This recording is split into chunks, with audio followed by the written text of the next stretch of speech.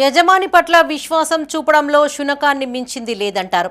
అలాంటిది ఓ శునకం ఓ ఊరిపై ఏపాటి మమకారం పెంచుకుందో ఏమో తెలియదు కానీ ఊర్లో ఎవరు చనిపోయినా వారి అంత్యక్రియల్లో పాల్గొంటూ అందరినీ ఆశ్చర్యానికి గురి చేస్తోంది. జగిత్యాల రూరల్ మండలం లక్ష్మీపూర్కు చెందిన శునకం ఊళ్ళో ఎవరు చనిపోయినా అంత్యక్రియల్లో పాల్గొంటోంది.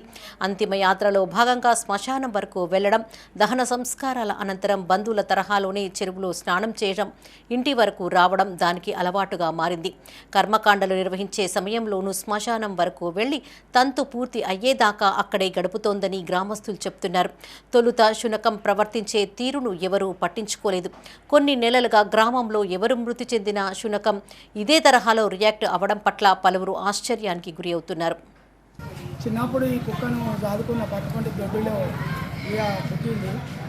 నేను దాడి కట్టుకున్నా, దీనికి విశ్వాసం బాగున్నది.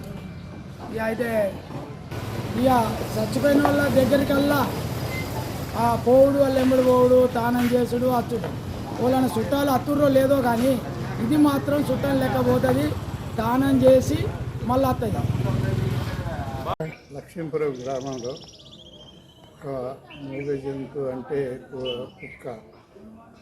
అది ఏ బంధువులు వచ్చినా రాకున్నా ఎంత మంది దానికి ఒక జాతి అనేది తెలియదు, ఒక మతం తెలియదు, ఏది తెలియదు. ప్రతి మనిషి చచ్చిపోయిన దగ్గర దానక్రియలు అంత్యక్రియలు వచ్చింది. ఇక్కడ ఇదే ఉన్నది.